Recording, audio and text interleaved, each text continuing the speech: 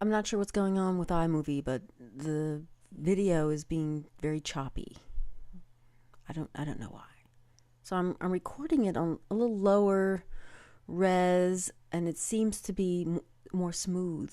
I mean, I don't know. I don't know. I've been plagued with technological nightmares, for lack of a better word.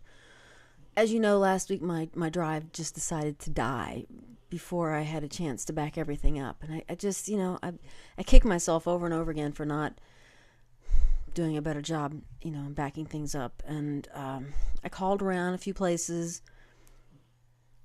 All of them wanted to send it out. They send it out to they call it a clean room, where the guys wear the little, you know, condoms on their whole bodies and take it apart and do that. And in those cases, it's like $600 to $1,000, and they all wanted to send them out. They all they plug it. Well, two I just called, two I went in. They plug it in and they go, "Oh no, we have to send this out." So the amount of it was just absurd to me. And as much as I want my stuff back, I can't justify spending $1,000. I'm not even 100% sure I could get it back. I mean, they can't guarantee it. So I was very upset about that, and I ended up, I kept looking online, and I found this forum for, this problem of external drives dying, and someone on there had recommended datarecovery.com.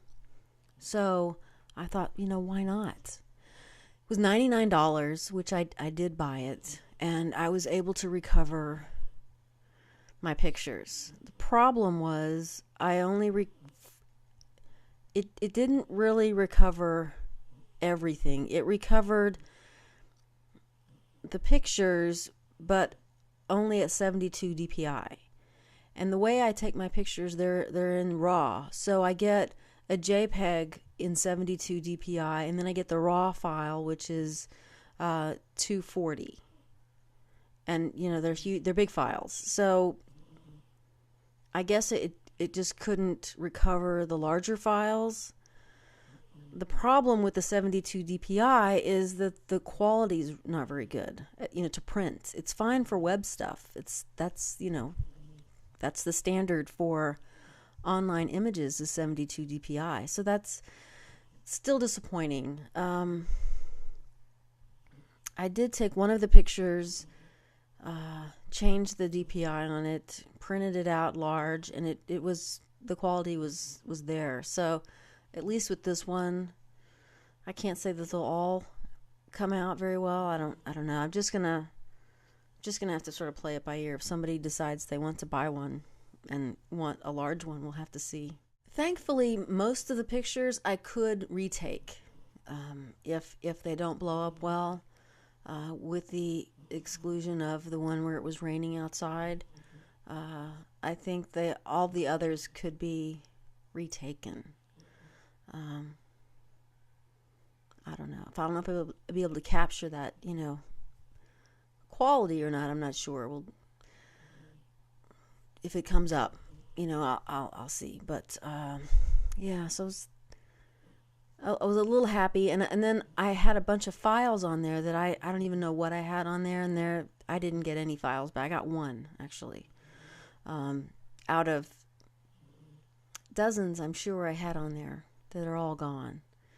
And I not knowing what I had, I can't justify the expense to do it. I just can't. So I'm, if you hear Jack and he's snoring, that's Jack. Today in the mail, excuse me, Chuck. Slack Jones 1, Burton, sent me this. It's to help with my the speed of my Victrola. Sort of complaining about knowing if I was on the right speed for some songs, because some of these tunes I don't know, and I actually thought one song was sung by a man singing about a fella, which I thought was odd for the 30s, it turns out I just had the wrong speed. So it wasn't a guy singing about another guy. It was a woman, but that one I kind of figured out. Some of them I don't know. If there's no words, nobody's singing, then I don't really know for sure if I'm going too fast or not. So this will help. Thank you so much for sending this. I really do appreciate it. I'm very excited to use it. One of my pictures for Project 365 this week was this Coke can, and someone wanted to see. These were a test can, and I actually made a video about this a few years ago. Let's see, it was, I don't know, 83 or 4, something like that, maybe 82. I was at a slumber party. I think kids today call them sleepovers, but we called them slumber parties. One of the dads, I don't know, I don't remember whose dad it was, that brought a box of these cans, and they weren't just Coke. They were Dr. Pepper, a Sprite, Diet Coke, I think, Diet Dr. Pepper, maybe an RC, but there were a bunch of different sodas with these test cans, and this one's number 502. He wanted us to try these cans out, and then the next morning when he was going to come pick up his daughter, he wanted to get our opinion on the cans. So he left them, and we tried them, and I think I was the only one that took mine home. I don't know if the other girls did or not, but the whole idea of it was that it was resealable, you know. But then we had a problem then first trying to get it open. It didn't really want to open very well, and it didn't reseal. So the design just was not good, obviously, because you never saw them out in the world. But I kept mine, and I don't know how rare they are. This is not in mint condition because I did have it sitting in the window when I was in high school, so it's a little bit faded. Just wear and tear of me carrying it around all these years. But it's a pretty cool can. And again, it's just, you can see the top. It pops open. And then the idea of it is to then push this down and reseal it, because it's 16.9 fluid ounces.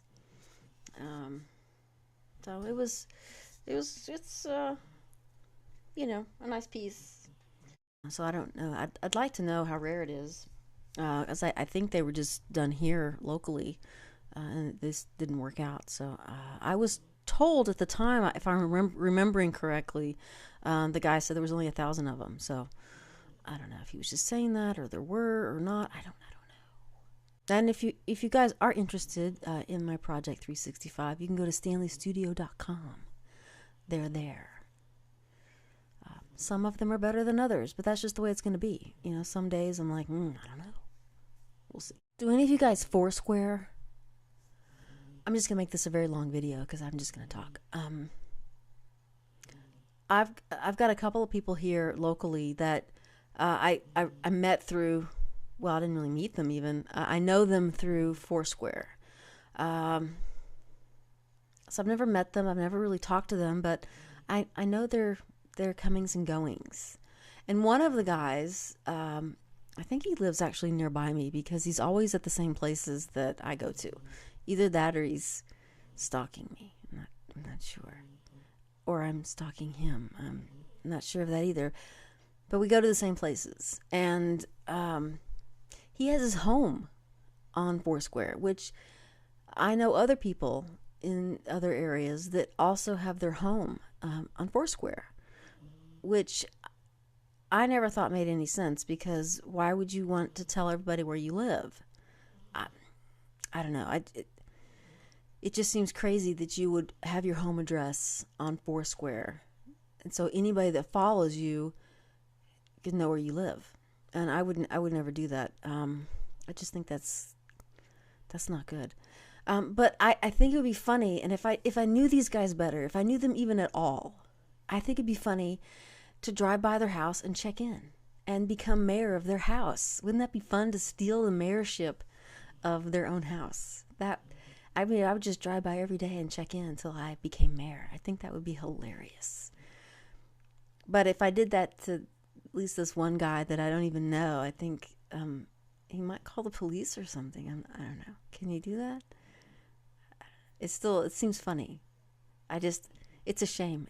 If I lived closer to MB Wolf, I would totally do that. I would drive by his house every day and check in. Because you really only need to be within, I think, a mile of someone's, location to check in. And so I think that would be funny. I have babbled on long enough, so I think I will go. It's amazing. It takes, I think they said 3 weeks to make a habit and a couple of days to break it.